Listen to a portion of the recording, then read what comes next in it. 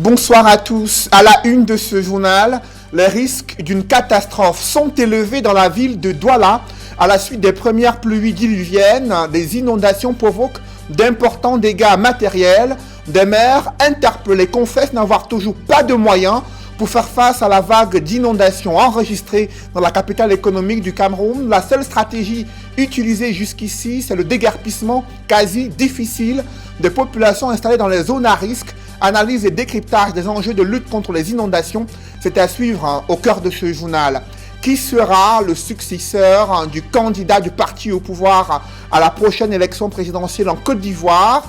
L'heure pour l'instant est aux obsèques nationales organisées en la mémoire d'Amadogon Coulibaly, ancien Premier ministre et candidat du RHDP décédé il y a quelques jours. Séquence émotion à suivre dans ce journal et des témoignages édifiants de Patrick Kachi, secrétaire général à la présidence de la République en Côte d'Ivoire. Vous l'écouterez dans le journal de 20h.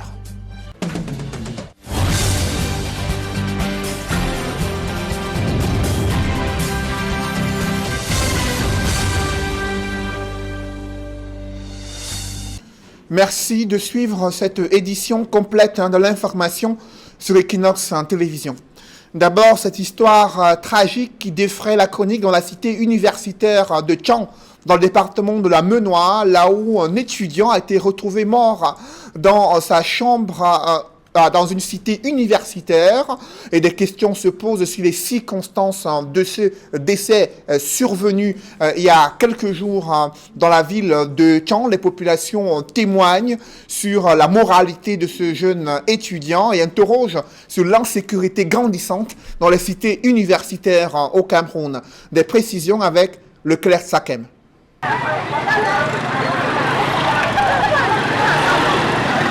C'est une triste découverte qui maintient dans l'émotion la communauté universitaire de Tchang depuis dimanche dernier. Un étudiant doctorant a été retrouvé sans vie dans sa chambre de cité au quartier Photo. Il m'a fait comprendre qu'il va aller à la veille d'un monsieur qui est décédé pas loin d'ici vers le campus. C'est un parent de quelqu'un de l'association, donc il devait être dans le protocole. Bon, samedi matin, il est venu vers 8h30, il m'a dit que bon, il s'en va à l'enterrement. Vers 20h, il est rentré ici et il était lucide. Donc il visionnait le cash avec les voisines. Vers 22h20, quand je suis rentré, les voisines ont fait comprendre qu'il venait à peine de partir. Et qu'il se plaignait que bon, son gaz est fini, sa nourriture qu'il est rentré du deuil avec, il va chauffer ça le lendemain. Donc le lendemain, à 14h, c'est sa fiancée qui appelle. Elle insiste que je vérifie qu'il est là. Je viens d'abord, quand j'arrive à sa fenêtre, je suis la musique. Bon, je lui dis que bon, forcément il est là, il ne veut pas ouvrir.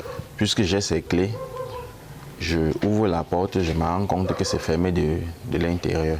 Là, on enlève les vitres, c'est là qu'on constate qu'il est couché. Fongan Donald, puisqu'il s'agit de lui, venait de célébrer le 30 juin dernier son 26e anniversaire. Dans son entourage, on n'en revient toujours pas de sa disparition. Ils sont vraiment dépassés. Moi, j'entends souvent les histoires comme ça. Bon, je n'ai jamais vu. Mon voisin le plus proche il s'est couché et puis il est juste parti comme ça là. Il était rendu à la 3e année du cycle de doctorat en linguistique appliquée, présenté au sein de sa famille nucléaire comme pointilleux, déterminé et surtout sociable. Donald Fongan pour nous était tout d'abord notre fils, aimé de toute la famille.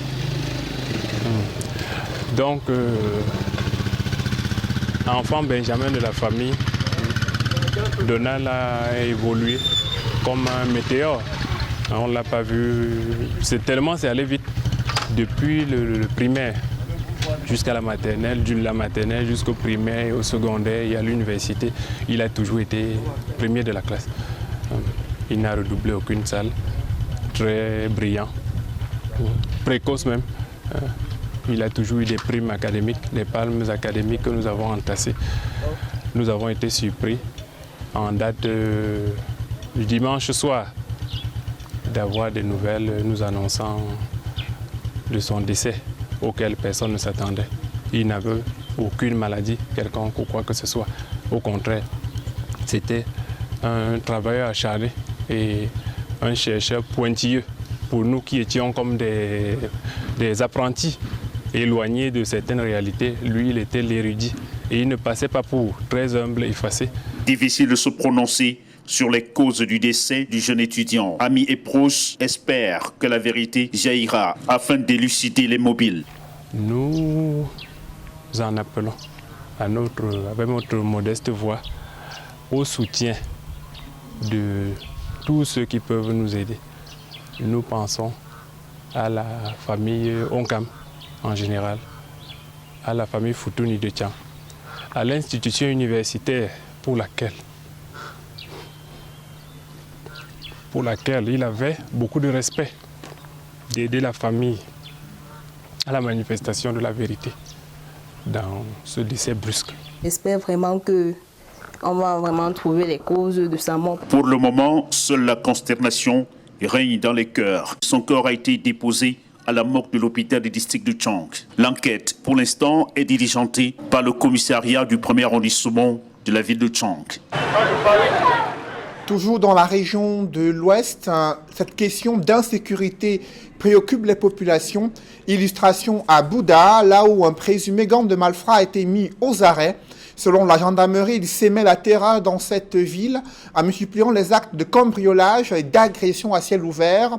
Il s'agit essentiellement des repris de justice, selon l'enquête menée par la gendarmerie. Des précisions avec Raphaël Tchoko et Xavier Foka. C'est devant une immense foule de curieux que 4 braqueurs des grands chemins qui sèment la terreur à Bouda, à l'ouest du pays, ont été présentés au grand public. Interpellés par les éléments de la gendarmerie de Bouda, ils ont à leur actif plusieurs coups de vol et d'agression. Leur dernière victime témoigne. Je sortais maintenant pour aller au 6e secteur, parce que c'est au 6e secteur à Bamila. Bon, à 4 heures, ça dit 5 heures moins les cas au carrefour Kakapa. J'ai monté avec mon sac. Il y avait une voiture qui s'est sortie, je vois seulement les torses. Mais je ne savais pas qu'il y avait d'autres groupes là-bas. Je crie maintenant. Quand je pars, ils me déchirent la vie de 100 000 francs que c'est entre mes mains. Ils ont soutenu avec mon téléphone. Bien avant lui, ces bourreaux avaient, et pas pour la première fois, dévalisé une boutique du coin. Ça fait aujourd'hui 2 mois. 2 mois qu'on est entré chez moi là-bas. On a cassé le magasin, on a porté mes pommes avec le pouce. Oui. Ce matin, je suis arrivé au magasin. J'ai constaté qu'on a encore coupé le magasin. On a coupé le magasin et parti avec les clés ce matin. On est parti avec les clés et on a aussi porté mes pommes ce matin. La battue menée par les éléments de la gendarmerie permet de rattraper les agresseurs avec en leur possession le contenu de la boutique dévalisée et plusieurs autres objets, fruits de leur braquage. Des machettes, des marteaux, des haches, des matelas, des seaux et autres. Et comme chez la plupart des bandits de grands chemins, une bonne dose de drogue. Interrogés, les 2 premiers, Manfo Amel et Fampo Alex, repris de justice, vraisemblablement les chefs de gang, avouent leur forfait sans gêne. Les 2 autres sont probablement des suiveurs. Chobze Iglis, 24 ans, avoue à demi-mot être impliqué dans ces sales affaires. Eux n'ont pris, même pas su que la somme d'argent qu'ils ont pris. Le dernier de la bande, Nyabeli Billy, 22 ans, nie tout en bloc.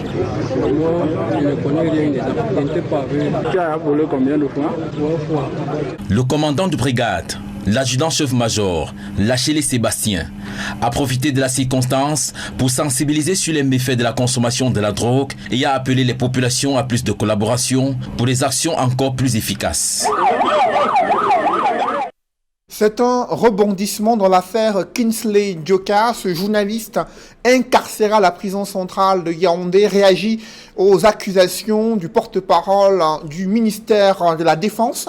Sur les antennes d'Equinox Télévision, il avait accusé Kingsley Njoka d'être en complicité, en intelligence avec les terroristes. Le journaliste en question rejette en bloc toutes les accusations et accuse le chef de division de la communication du ministère de la Défense d'être en train de le diffamer. Il annonce une plainte à son encontre. D'autres précisions avec Rodin Gassi et Ike Cyril. Au cours de son passage sur le plateau de La Vérité en face sur Equinox Télévision, le capitaine de frégate Cyril Serge Atonfak, chef de la division de communication du ministère de la Défense, accusait le journaliste Kingsley Njoka d'être de mèche avec les groupes séparatistes dans les régions du nord-ouest et du sud-ouest. Nous avons un autre journaliste en ce moment qui a fait pire que Samuel Ouazizi et qui est à la prison centrale de Konengi et qui a subi le même cheminement. Et j'ai parlé de Njoka Kingsley. Et le peuple camerounais attend que je lui dise ce que ce monsieur a fait. Une information battue en brèche par les avocats de Kingsley Njoka. Monsieur Atonfak n'a jamais rencontré Njoka. N'en parlons même pas du fait qu'il est même parti sur le terrain avec Njoka. Monsieur Atonfak même dit que c'est eux qui détiennent les appareils de Njoka. Voilà donc les appareils. Monsieur Atonfak ne peut pas dépasser la République. Nous sommes dans une République, nous sommes dans un état de droit, je l'ai dit. La défense du journaliste incarcéré brandit des appareils et documents saisis par les enquêteurs, puis rétrocédés aux mises en cause. Preuve selon la défense que la culpabilité de son client n'a pas été établie. On a pris le téléphone de M. Njoka, on a pris une carte de l'époque des référendums, et voilà les scellés qu'on a pris chez Njoka. Il y a un service forensique, on appelle ça laboratoire des enquêteurs au service central de recherche judiciaire. Quand les appareils entrent là-bas, ça ressort sans qu'on a scellé. Ça veut dire qu'il n'y a rien dedans qui est en train d'incriminer votre client. Mais M. Atonfak dit que tout ça là, c'est les équipements des opérations de M. Njoka comme le commandant et le général du Warrior.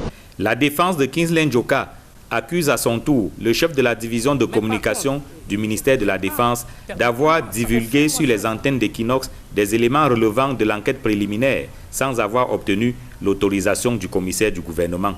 Les enquêteurs se retrouvent au service central de recherche judiciaire. Nous sommes avec eux chaque jour. Est-ce que vous savez qu'avant de divulguer les informations des enquêtes, vous devez avoir l'autorisation des commissaires de gouvernement? Afin que leur client soit rétabli dans ses droits, les avocats de Kingsley Njoka annoncent une plainte contre le colonel Cyril Serge Atonfak au tribunal militaire de Yaoundé.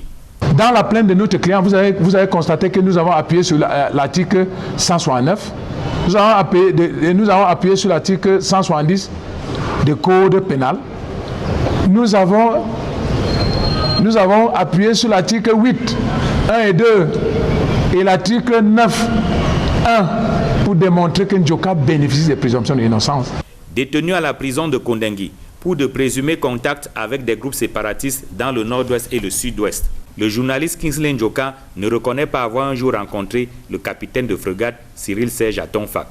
Il rejette en bloc les propos tenus à son égard par le chef de la division de communication du ministère de la Défense au cours de l'émission La Vérité en face sur Equinox Télévision. Face aux multiples inondations et glissements de terrain décriés dans les zones à risque de la capitale économique du Cameroun, que font les maires? Seule solution envisagée jusqu'ici, c'est le déguerpissement des populations dans les zones à risque. Cependant, ces magistrats municipaux reconnaissent qu'ils n'ont pas toujours assez de moyens pour l'aménagement des eaux de pluie et éviter les risques d'inondation dans la ville de Douala. Ils l'ont fait savoir à nos reporters Dallas Tana et Isabelle Caral-Zoupet.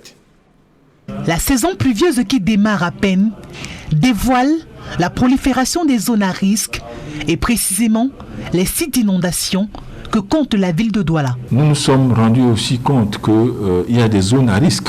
Ces zones aujourd'hui présentent une morphologie, une géographie accidentelle. Vous avez la zone de Japoma, une zone à risque ici au niveau de génie militaire. Si la commune de Douala 3e regorge des zones à risque, à Douala 4e, le constat semble le même, mais cette fois avec un accent sur les inondations. La commune d'arrondissement de Douala 4e est une île, s'il faut dire ça comme ça.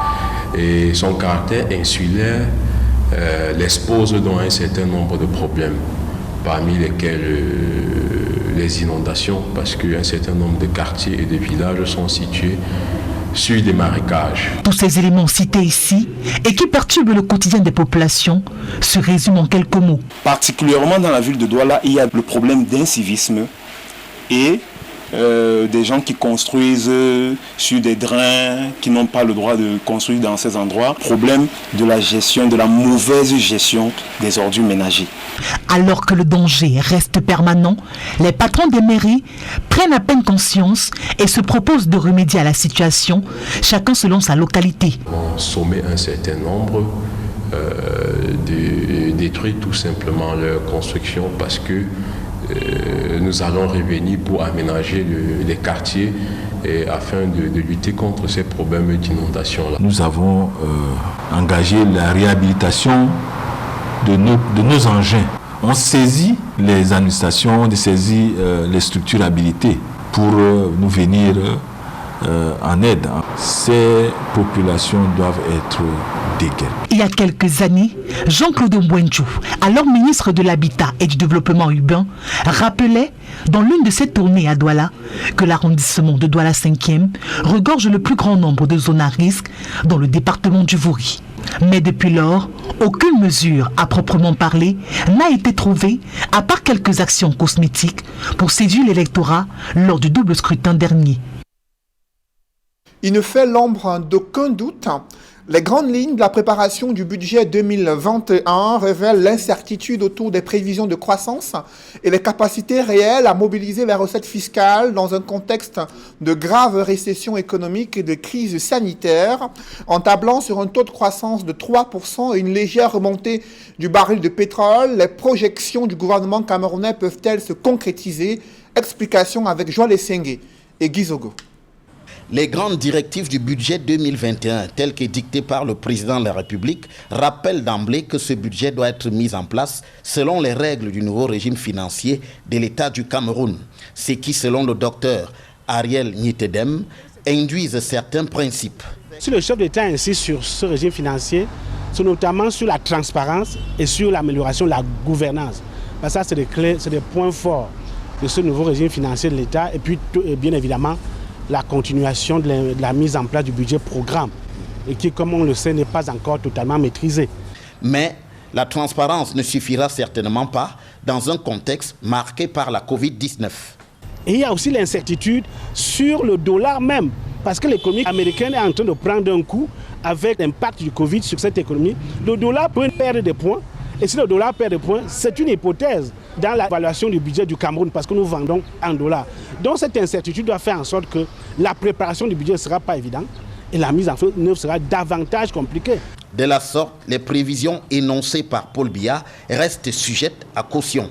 En 2019, le Cameroun avait affiné avec une croissance de 4% et s'est projeté pour 2020 pour une croissance de 4,2%. Mais avec le Covid, cette croissance a été révisée à 2%.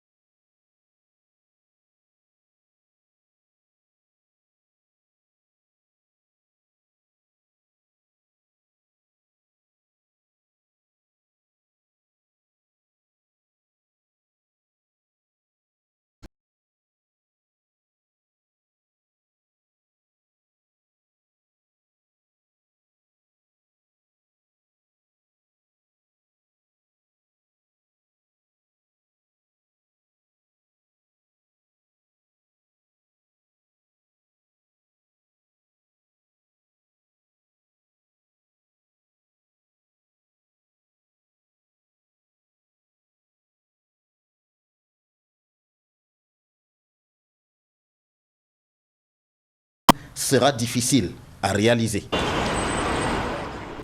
Dans le reste de l'actualité, les principaux aspects de la coopération bilatérale entre les États-Unis d'Amérique et la République du Cameroun ont été au cœur des échanges entre l'ambassadeur américain arrivé en fin de séjour et le président Paul Biya. L'audience a duré plus d'1 heure au Palais de l'Unité à Yaoundé. L'ambassadeur américain a exhorté le Cameroun à ne pas délaisser la lutte contre le VIH-Sida au profit du combat contre la pandémie du Covid-19. Selon la présidence de la République du Cameroun, le diplomate quitte le Cameroun le cœur serré, a-t-il déclaré au terme de l'audience. Accrédité au Cameroun en décembre 2017, il s'est illustré à travers des prises de position critiques sur la situation des droits de l'homme sur le théâtre de la crise anglophone et les enjeux de l'alternance politique dans le pays. Peter Henry Baldwin a également œuvré pour soutenir le Cameroun dans le cadre de la lutte contre la pandémie du Covid-19. Un soutien financier conséquent et de nombreux équipements médicaux ont été offerts au gouvernement camerounais à cet effet. Dans l'actualité internationale, vibrant hommage rendu à Amadou Gon Coulibaly, Premier ministre ivoirien, candidat du parti au pouvoir à la prochaine élection présidentielle, décédé il y a quelques jours. Obsèques rendu officiel et un hommage national durant près d'une semaine en la mémoire d'un illustre personnage du gouvernement camerounais, proche collaborateur d'Alassane Dramane Ouattara. Émotion vive en Côte d'Ivoire, évocation avec Nadine Yambou. Escorté par un détachement de l'armée ivoirienne, la dépouille d'Amadou Gon Coulibaly rentre à la cour du palais présidentiel de Côte d'Ivoire. De juillet 1995 à juillet 2020, membre du comité central du bureau politique. Aux côtés du président ivoirien Alassane Ouattara, plusieurs chefs d'État de la sous-région. Macky Sall du Sénégal, Roch-Marc Christian Kaboré du Burkina Faso. Le ministre français des Affaires étrangères, Jean-Yves Le Drian, représentant personnel du président Emmanuel Macron et plusieurs hautes personnalités de Côte d'Ivoire. Tous venus rendre un dernier hommage au Premier ministre Amadou Gon Coulibaly, décédé le 8 juillet dernier. À l'heure des témoignages, la ministre de l'Éducation nationale, Kandia Camara, tout en larmes. Il avait la conviction de son engagement, l'endurance pour porter la cause. Il avait une énergie particulière pour défendre les aspirations justes, celle d'une Côte d'Ivoire consacrée à l'égalité pour tous et le respect des différences.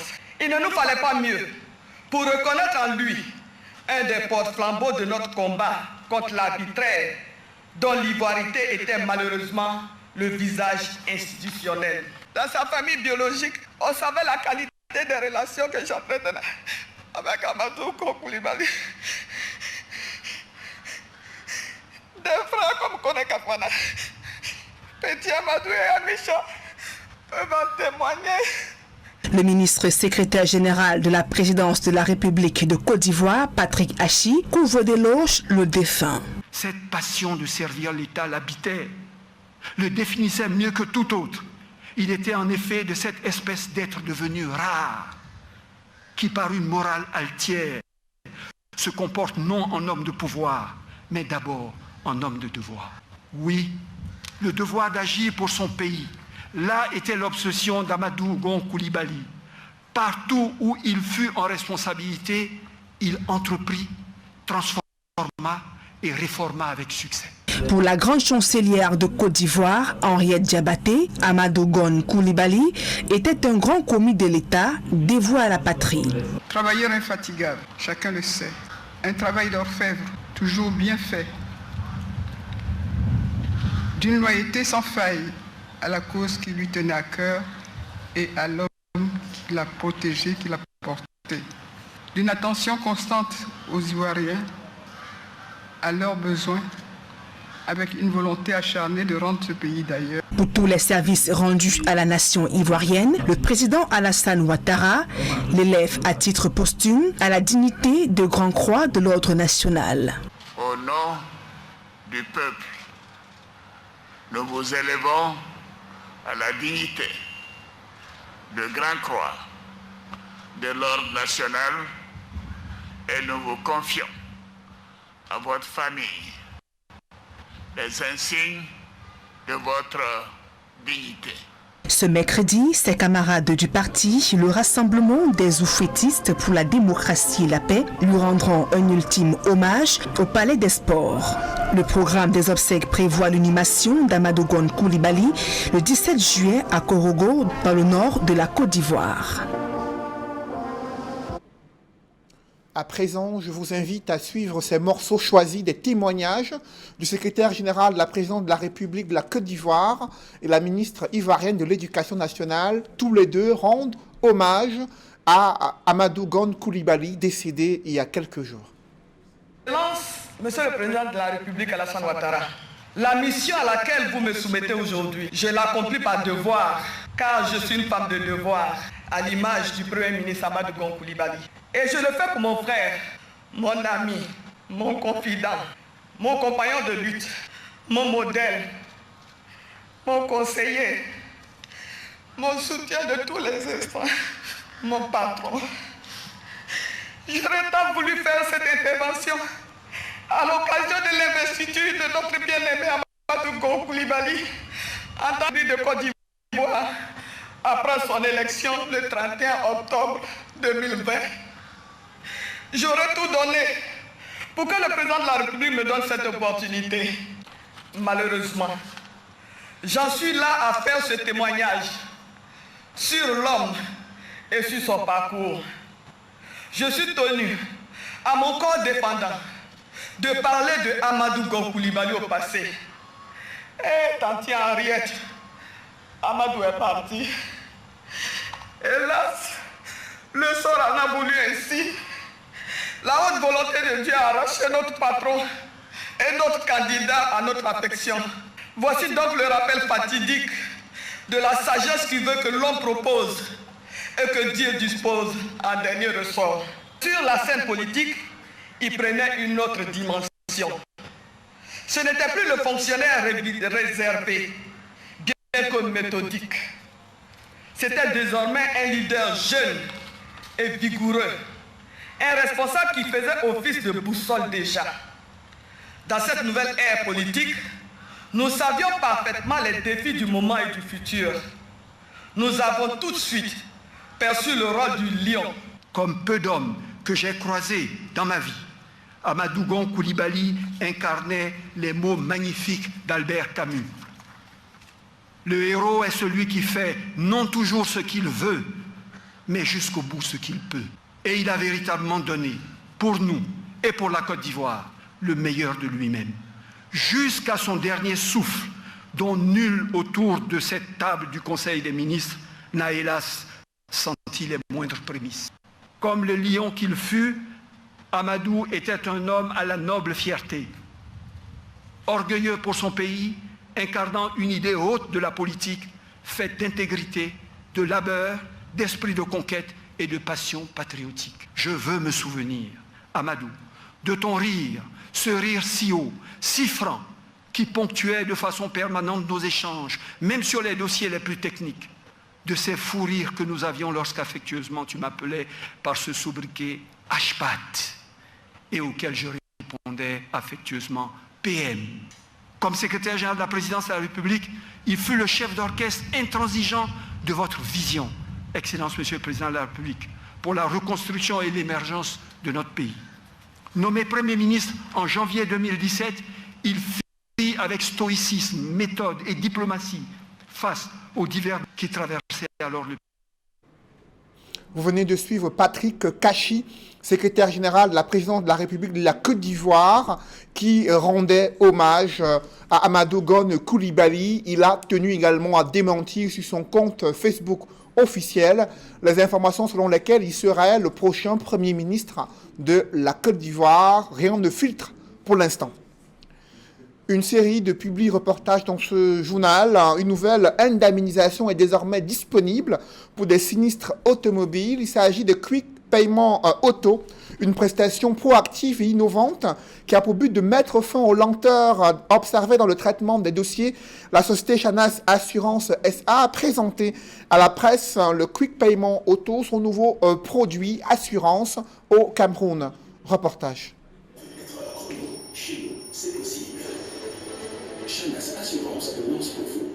Pour l'année 2020, la société Chanas Assurance vient révolutionner le monde des assurances en mettant sur le marché une nouvelle prestation, Quick Payment Auto, un système d'indemnisation express des sinistres et dommages matériels subis par les véhicules de leurs assurés. C'est un service nouveau que nous offrons à toutes les personnes qui ont fait confiance à Chanas Assurance pour assurer leurs véhicules, afin de leur permettre d'éviter les désagréments liés aux attentes longues pour l'indemnisation de leurs sinistres d'assurance en assurance automobile matérielle. À travers la mise en service de cette prestation proactive et innovante, Chanas Assurance entend réduire à sa plus simple expression les lenteurs et interminables durées de traitement de dossiers de leurs clients. Je donne un exemple simple. Vous roulez ici à Douala, on vous percute à l'arrière. Le choc à l'arrière, il n'y a pas de discussion sur la responsabilité. C'est celui qui a percuté à l'arrière qui a tort. Donc vous êtes assuré Chanas, vous êtes le véhicule qui était devant. Vous venez faire votre déclaration ici.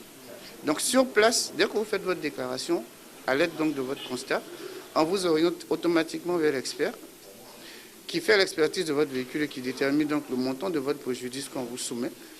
Et dès que vous marquez votre accord, donc le lendemain, vous passez ici pour récupérer votre règlement. Ça vous permet tout de suite d'être indemnisé, de pouvoir réparer votre véhicule dans n'importe quel garage et rapidement. Présentant le Quick Payment Auto à la presse, le directeur général Léonce Ogou a énuméré les avantages du nouveau-né des prestations de Chanas Assurance, conçues pour assurer une satisfaction maximale de tous les clients Chanas. La véritable plus-value de la prestation Quick Payment Auto chez Chanas Assurance, c'est la concentration en un point de toutes les formalités à remplir pour pouvoir bénéficier en 24 heures du remboursement d'un montant maximal de 1 million de francs CFA, du jamais vu dans l'univers des assurances en zone CEMAC. On a quand même analysé le volume de sinistres et nous avons constaté que plus de 76% des sinistres automobiles matériels ont un montant inférieur à 1 million. Donc on se rend compte qu'on touche à la plus grande partie des clients.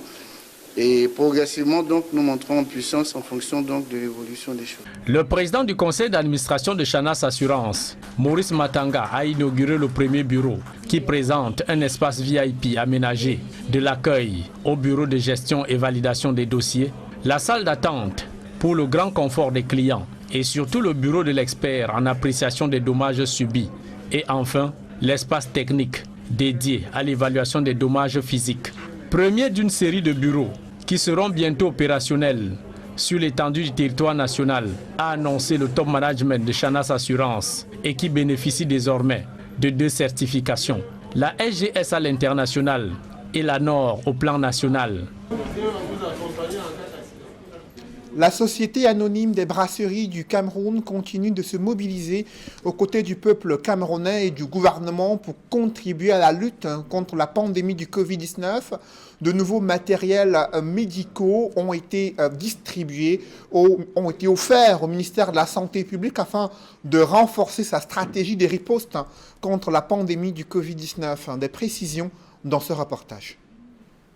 Un don d'une valeur de plus de 100 millions de francs CFA en matériel sanitaire, essentiellement constitué de tests de dépistage pour améliorer la riposte contre la pandémie de la Covid-19 au Cameroun.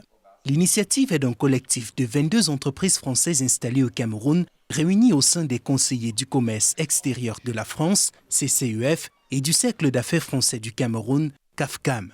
Pour cette nouvelle série de dons, le collectif d'entreprises françaises a remis à l'ambassadeur de France au Cameroun, Christophe Guilou, 2 packages qu'il devra acheminer vers les bénéficiaires. Le premier étant le ministère de la Santé du Cameroun qui bénéficiera de 16 000 tests de dépistage. Ensuite, le CMS, le centre médico-social qui bénéficiera d'environ 2 000 tests de dépistage de la COVID-19. Outre le ministère de la Santé et le CMS, 32 000 tests de dépistage ont été commandés pour les services de médecine du travail des entreprises du groupement. Nous avons commencé par la fabrication de gel hydroalcoolique il y a quelques semaines. Et le deuxième grand chantier que nous avons lancé, c'est la commande de tests. L'objectif de ces tests, c'est de pouvoir continuer à travailler. Vous savez bien qu'aujourd'hui, pour que l'économie puisse continuer à travailler, il faut que nos collaborateurs puissent venir, puissent être en bonne santé. L'initiative de ces dons se situe dans la foulée de la promesse faite le vendredi 17 avril 2020 à l'immeuble Étoile lors de la rencontre entre l'ambassadeur de France au Cameroun, Christophe Guilou, le Premier ministre Joseph Dion-Gounte et la délégation des CCEF et du CAFCAM. Le partenaire français avait alors fait la promesse d'accompagner le gouvernement dans le cadre de la riposte contre la pandémie de la Covid-19.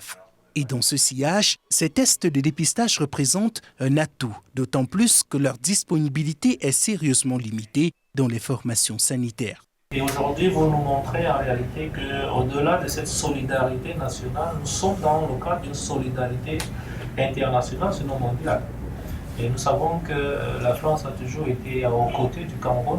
Et c'est pour cela que nous donnons tout le sens que cela mérite, la démarche qui est faite aujourd'hui. Et je voudrais pour cela remercier encore davantage, Excellence Monsieur l'Ambassadeur. Mais il n'y a pas que le gouvernement qui se soit mobilisé, il y a également les entreprises françaises au Cameroun qui ont décidé d'apporter leur part à cette lutte et qui ont répondu à l'appel des plus hautes autorités camerounaises pour les accompagner dans la lutte contre le Covid-19. Et c'est cela que nous sommes venus remettre au ministre de la Santé publique, 16 000 tests pour permettre de renforcer la riposte camerounaise à la lutte contre la Covid-19. À travers ce geste, les entreprises françaises qui, outre cette action collective, mènent chacune des actions dans le cadre de la RSE pour la lutte contre la Covid-19, matérialisent leur soutien au gouvernement et au peuple camerounais dans cette rude bataille sanitaire. C'est une véritable aubaine pour le monde agricole au Cameroun.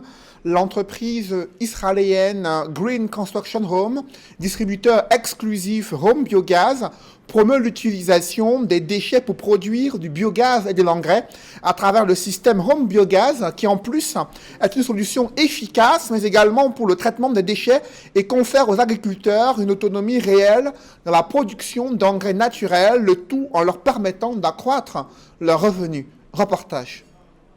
Je parlais de ce reportage concernant Green Construction Homes, distributeur exclusif de Home Biogaz, une firme israélienne qui promeut l'utilisation au Cameroun des déchets pour produire du biogaz avec le biodigesteur Home Biogaz qui permet de transformer les déchets organiques, humains et animaux en gaz naturel et engrais liquide. D'autres précisions dans ce reportage. Nous y reviendrons dans nos prochaines éditions. Mesdames, Messieurs, c'est la fin de ce journal. Merci de l'avoir suivi. Juste après cette édition de 20h, retrouvez Serge Alain Autou et ses invités pour le débrief du journal sur le plateau d'Equinox Soir. Serge Alain. Inondations et zones à risque dans la ville de Douala. Les maires d'arrondissement annoncent des déguerpissements. C'est la seule stratégie à leur disposition, stratégie quasi difficile à implémenter au moment où les populations n'ont pas où aller dans cette ville de Douala où l'habitat décent est quasi impossible pour la plupart des populations, contraintes de résider dans les zones à risque, confrontées chaque jour à ces risques d'inondation et de glissement de terrain. Elles sont sommées pour certaines d'entre elles de quitter les lieux. Ces maires confessent n'avoir pas toujours de moyens pour faire face aux inondations également et pouvoir contenir et stabiliser les zones à risque, là où des ravins ne cessent de s'agrandir et de menacer la vie des populations. Peter-Henri Balvourine dit au revoir au président Biya. Ils se sont rencontrés au palais de l'Unité à Yaoundé, plus d'une heure d'échange. Et durant cet entretien, ils ont revisité la coopération bilatérale entre le Cameroun et les États-Unis. Vous le savez, le diplomate américain s'est illustré plusieurs fois à travers ses positions critiques à l'encontre du Cameroun, notamment pointant du doigt des allégations de violation des droits de l'homme sur le théâtre de la crise anglophone, accompagnant également le Cameroun dans la stratégie de lutte contre la pandémie de Covid-19 et la lutte contre le terrorisme à l'extrême nord du Cameroun. Vous avez vu comment les États-Unis ont mobilisé plusieurs milliards de francs CFA pour soutenir le pays et renforcer son système de santé. Lui qui dit qu'il s'en va avec le cœur serré après 3 ans passés au Cameroun. Voilà, madame, monsieur, c'est dans l'essentiel et qui n'en soit deuxième partie. Bonne soirée à vous, Cédric. Bonne soirée à vous, Serge Alain. Rendez-vous demain. 20h.